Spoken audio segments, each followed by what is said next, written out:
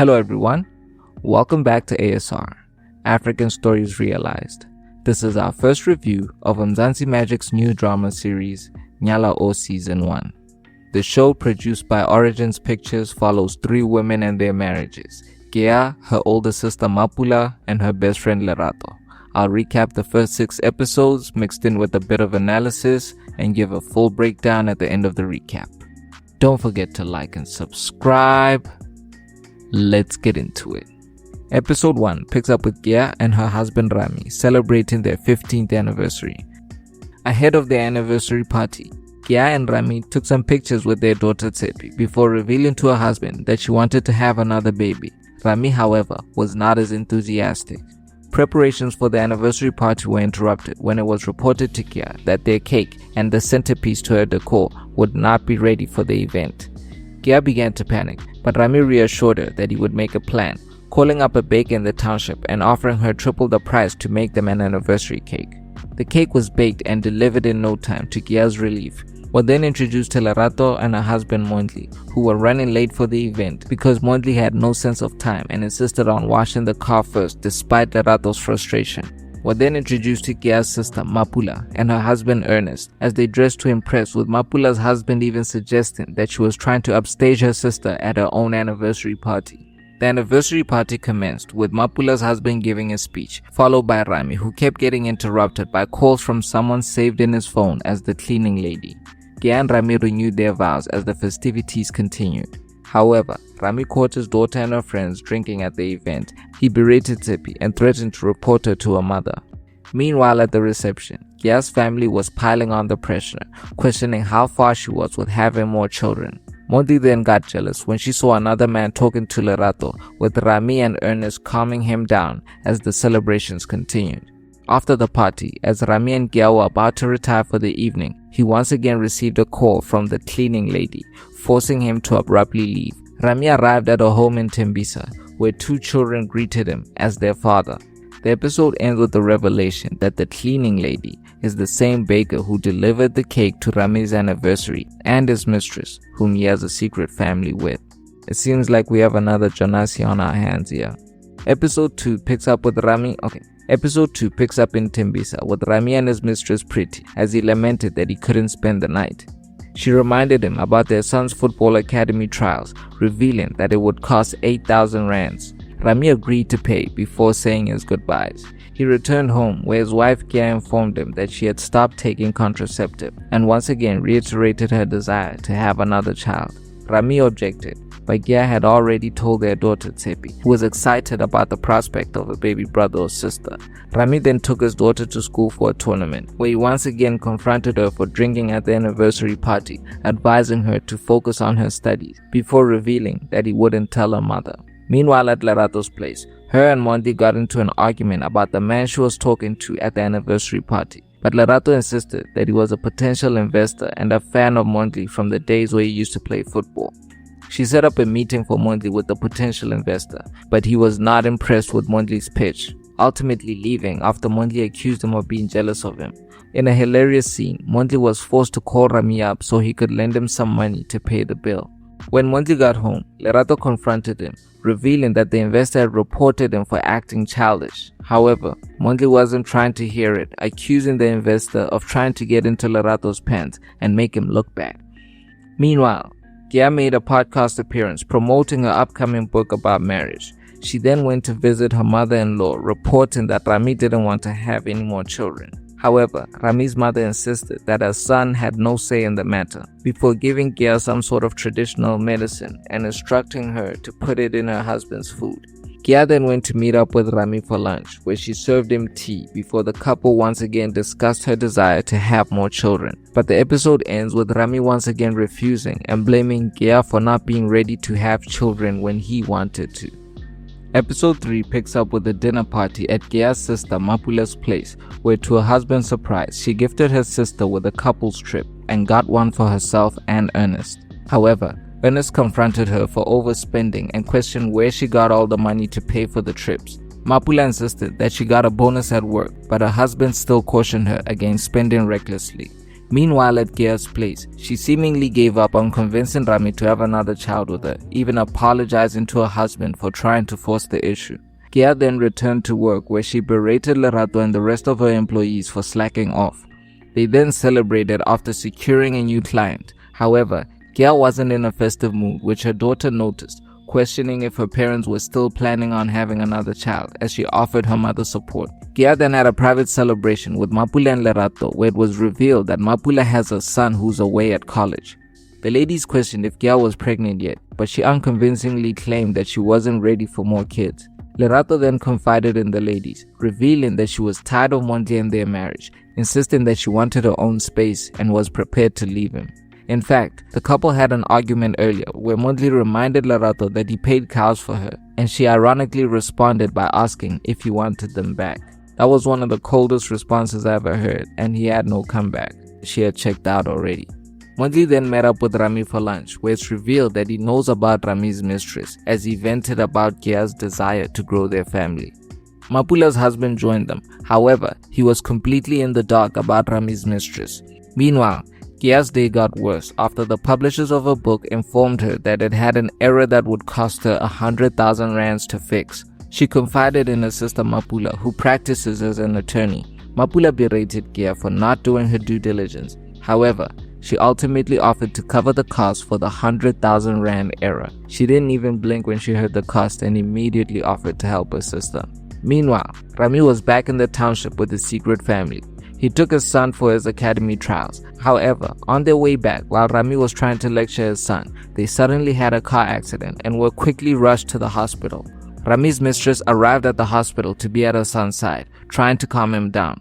A concerned Gia then arrived shortly after, asking to see her husband, who was also rolled in on a stretcher. Gia rushed to Rami's side, but the episode ends with his son calling out to him repeatedly, right in front of Gia. Episode 4 picks up at the hospital, where Rhami woke up to Gia by his side. She questioned why Lerato was referring to Rhami as his father, but he dismissed it, suggesting that the boy was confused. Rami's mistress, Pretty, then received news that Rami's insurance wouldn't be able to cover her son, revealing that it would cost 25,000 rands to continue treating him at the private hospital. She immediately called Rhami and confronted him for cancelling the insurance, demanding that he send her the 25,000 rands for her son's treatment, as they hilariously communicated over the phone while in the same room. Rhami was unable to send Pretty the cash, and her son was transferred to a public hospital, but not before catching a glimpse of Rhami with his wife as he was being discharged. Rhami then returned home, where his daughter was relieved that he escaped the accident with minor injuries. However, Rhami couldn't stop thinking about his son, but Gia refused to let him go anywhere while recovering, even taking a day off to look after him. Meanwhile, at the public hospital, Rami's mother arrived to check on her grandson. To Lethabo's dismay, the doctor revealed that it would take 6 weeks for his fracture to heal, and a few months before he could even play football again. Rami's mother then warned his mistress to never set foot at Rami's place because he's with his wife. After being discharged, Pretty and her son went home, where he questioned if his father was having an affair. Pretty dismissed his concerns, but Lethabo still didn't look convinced. Back at Rami's place, Rhami confided in Mondli, revealing that he had to remove Lethabo from his medical aid plan because he feared that his wife would have found out about his secret family. He then asked Mondli to go and check on them, but I honestly don't buy this excuse. I think he could have gotten 2 different plans, which isn't cheap, but supporting 2 families is not supposed to be cheap. Rami's mother then arrived and confronted her son, warning him that if his secret is exposed, it would be over for him, suggesting that Pretty would never be able to fill Gia's shoes as his wife. Meanwhile, Mondli went to check on Pretty and the kids, and he really tried to smooth things over for his friend, but Pretty was not happy, and the episode ends with her instructing Mondli to tell Rhami that she has some demands for him. Episode 5 continues with Pretty dictating her demands for Rhami to Mondli, which included a house in her name, a new car, and damages for her son. Usually damages are paid for the firstborn, but Mondli suggested it was too late to pay damages after 16 years. And it's also like why people are usually considered married to the first baby mothers according to custom. Some people just confuse that as a down payment to a marriage. As long as it's the woman's firstborn child, you have to pay damages. At least that's how I understand it. Mondli suggested that it was too late to pay damages 16 years later, but Priti insisted that it was the reason that Rhami didn't take her and his other family seriously. However, Priti's mother defended Rhami, advising her to hear him out first and to remember his place as his mistress. Priti's mom loves Rhami. She even calls him her son-in-law. Back at Rhami's place, Gya still had him under lock and key as he desperately tried to make excuses to see his other family. He was eventually able to go and see Priti while Gya was out, but upon arriving at Priti's place, Lerato started crashing out after talking to the coach for his football academy trials. Rhami broke into the door where Thabo had locked himself in, but his son was not interested in talking to him. Rhami confronted his son for his behavior, but Lerato questioned why he ignored him back at the hospital. Rhami dismissed his concerns, advising him to focus on school and football. However, while Rhami was arguing with Priti in the other room, Thabo searched his father's jacket, where he found a wallet with a picture of Gya's daughter, his half-sister Tepi. He also found a business card with Rhami's address on it. Meanwhile, Mapula's spending spree continued as she bought her and her husband 2 new Ferraris, red and black, with Mondli even more excited than the couple themselves. Mondli and Ernest then shared a drink, where Ernest tried to console Mondli, empathizing with the divorce he was going through. However, Mondli insisted that despite having problems in their marriage, him and his wife were not going through a divorce. Mondli later reported this to Lerato, who did not deny that she wanted a divorce. Both Mapula and her husband are attorneys, so I suspect that Lerato had already started filing for divorce through Mapula, and Ernest basically spilled the beans, but Mondli was too oblivious. Back in Tembisa, Gya called Rhami questioning where he was, but he claimed that he was at work and would be back home soon. However, Gya looked extremely suspicious after the phone call. Rhami and Priti then continued arguing over her demands until somehow Rhami managed to calm her down, insisting that they move on from the incident. The episode ends with Rhami grabbing his jacket and returning home, unbeknown to him that Lerato had taken the business card with his address out of his wallet. Episode 6 picks up at Lerato's place, which he served Mondli with divorce papers, and needless to say, Mondli did not see it coming. The following morning, he confronted his wife, who was determined to follow through with the divorce. When Lerato returned from gym, Mondli made a passionate plea to save his marriage, suggesting they seek counseling. However, Lerato insisted that it was too late, as his desperate pleas fell on deaf ears. Mondli then began to act out, as him and Lerato got into another confrontation, which led to him pissing on the divorce papers in protest as he refused to sign them. Meanwhile, Mapula and Ernest continued to navigate life without their son, who had gone to UCT to pursue his studies, which Mapula lamented, suggesting that they should have forced him to find a university closer to home. Ernest then expressed his discontent for his new Ferrari, insisting that he was happy with his old car. However, Mapula convinced him to take it for a spin to see if it would change his mind. Meanwhile, at Gya's place, she confronted Rhami for his recent behavior, with them ultimately arguing about his refusal to have more kids. The couple, however, had to put their dispute to the side and prepare for a family photo shoot. Rhami's mother joined them for the shoot. However, while Gya was getting changed, Rhami received an uninvited guest as his son arrived, questioning his father and accusing him of cheating on his mother. Rhami dismissed his son, chasing him away, something which Gya witnessed from the window of her room. She asked Rhami who was at the gate, but he made up an excuse, claiming it was a township boy asking for donations. But Gya decided to do her own investigation. She excused herself from the shoot before catching up to Thabo and offering him a lift home. Gya confronted the boy, questioning his relationship to Rhami, as he revealed everything about Rhami's secret family, including the fact that he had another daughter. Meanwhile, Rhami was losing his mind, calling up Priti and accusing her of sending Thabo to fight her battles, worried that his wife may have saw him. Priti denied sending Thabo and claimed that she had no idea what he was up to, but her mother warned her to get her house in order before she loses her man.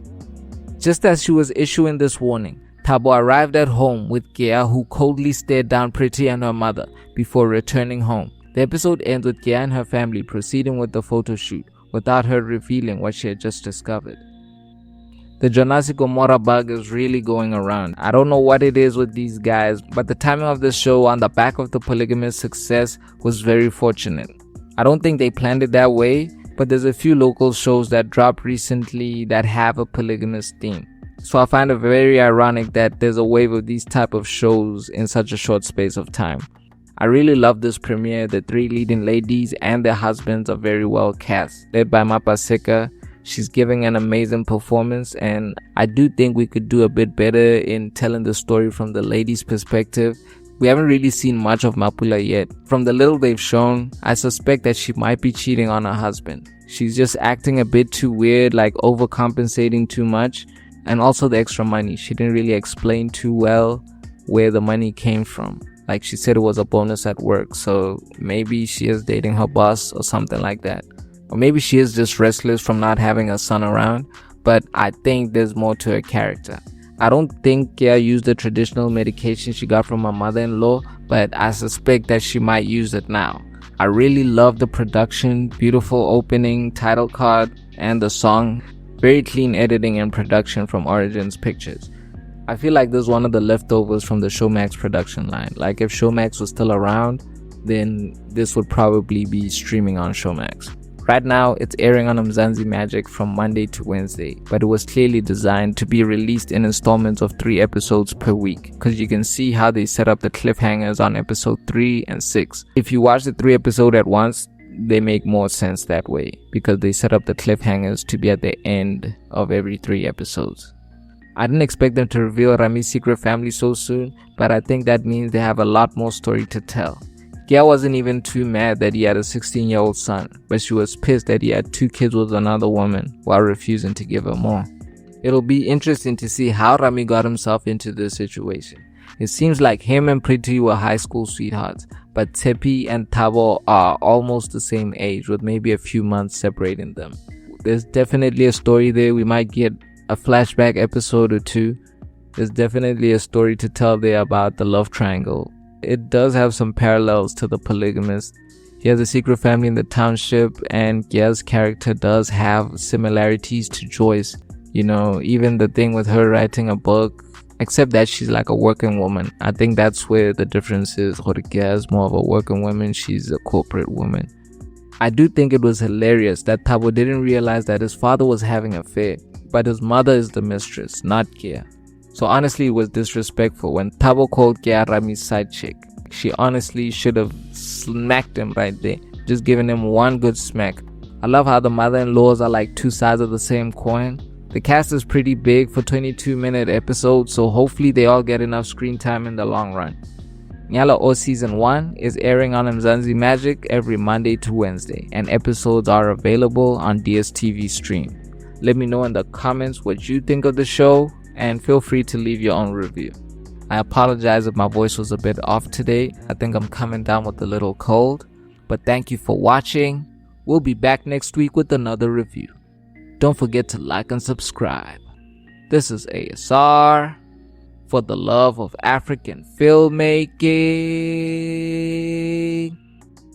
and storytelling.